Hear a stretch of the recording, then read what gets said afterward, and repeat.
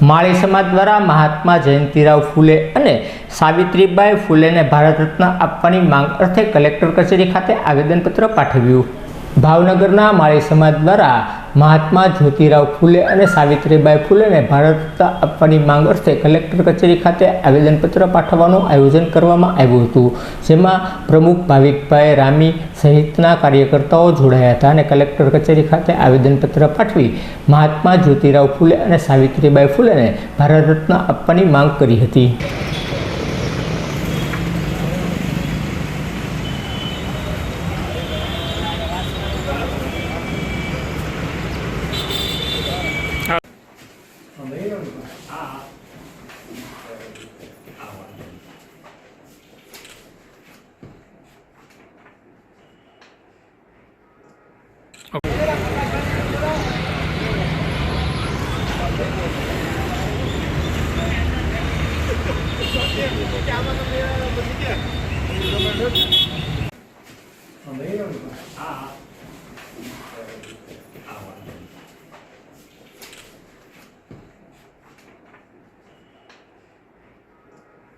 प्रकाशभाई जगुभाई जोड़िया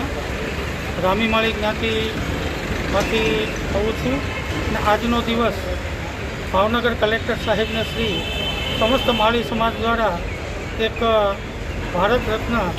જ્યોતિરાવ ફૂલે અને મહાત્મા જ્યોતિબાનું આવેદનપત્ર ભારત રત્ન મેળવવા માટે આવેદનપત્ર આપવા માટે માળી સમાજના અગ્રણીઓ અત્યારે ઉપસ્થિત થયા છે। આમ જોઈએ તો જ્યોતિરાવ ફૂલે કે જેણે સમગ્ર જીવનની અંદર શિક્ષણને જ મહત્ત્વ આપ્યું છે। શિક્ષણને મહત્ત્વ આપવા માટે પોતાની જાત ઘસી નાખી, પોતાનું સમગ્ર જે કંઈ હતું એ અસ્તિત્વ હતું એ સમર્પણ કરી દીધું દેશ માટે। અને જ્યોતિરાવ ફૂલે જે સાવિત્રીબાઈ ફૂલેને શિક્ષિત કરી અને સાવિત્રીબાઈ ફૂલે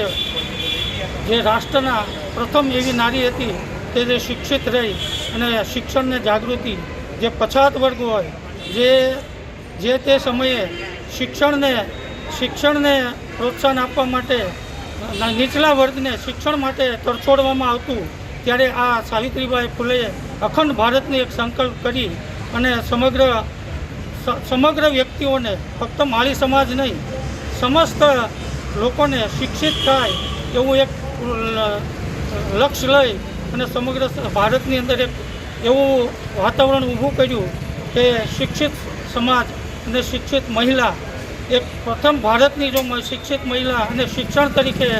શિક્ષિકા તરીકે પોતાની સેવા આપી અને સમગ્ર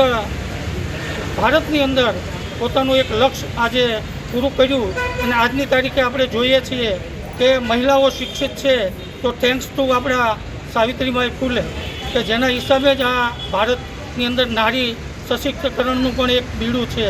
તો આવી વ્યક્તિને અમારા સમાજ વતી, અમારા સમાજની જ છે આ વ્યક્તિ, તો એને પણ એક ભારત રત્ન એવોર્ડ મળવો જોઈએ એવી અપેક્ષાઓ સાથે શ્રી માનનીય કલેક્ટર સાહેબને